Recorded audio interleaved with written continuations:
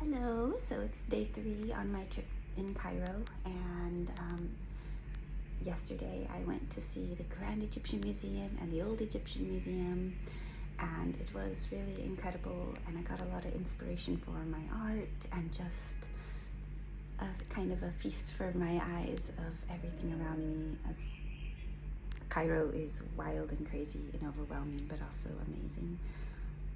And yeah, so it was good. And I came back and I sat down to start to paint, and I'm listening to the sounds of the city outside my window, and I have this strong sense all of a sudden that this chapter of my life is drawing to an end, and perhaps this last part, though it will define me, I'm sure in many ways, is also the end of something, a kind of love affair with the Middle East. I think in a past life, perhaps even, I was born here. I think maybe in Jordan I had a life there or something. I'm drawn to places. It resonates with me. The food, the culture, the music, the language, the people. Like I feel so familiar, so comfortable. A sense of home that I've never had in the places traditionally that I should have had a sense of home. In fact, it wasn't fully new feeling for me that I could never quite understand and still don't quite understand. That's why I think, yeah, maybe some past version of myself belonged here, was loved here, like really loved. Like I think not only was I loved and held, but something about my spirit was empowered and carried. I had wings here. And that's why when I started this life, even though my wings were already tight, I sensed what I was meant to do.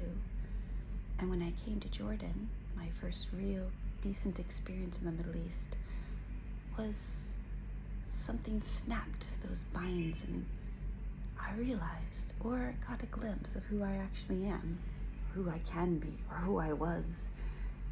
And though that image was fleeting, it stayed with me. And so I've slowly been becoming that woman I saw of myself. And I love her. She's incredible. She's empowered and beautiful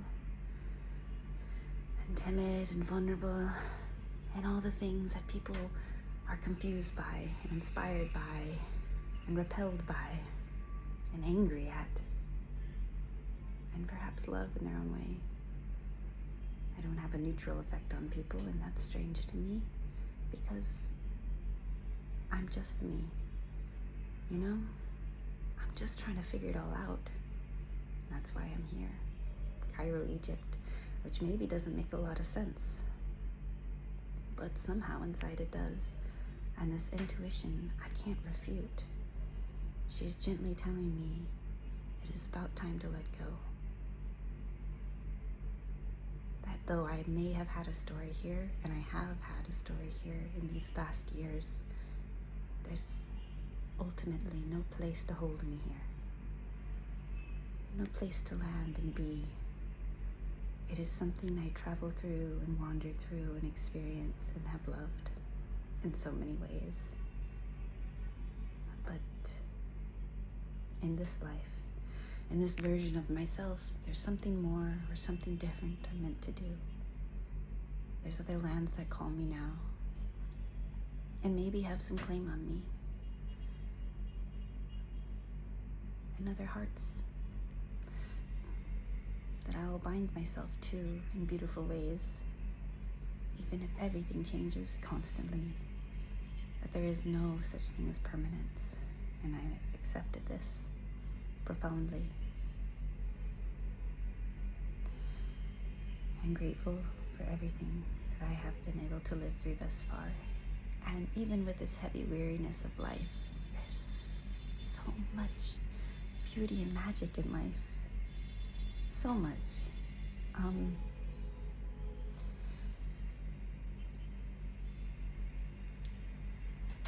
And I don't have words now.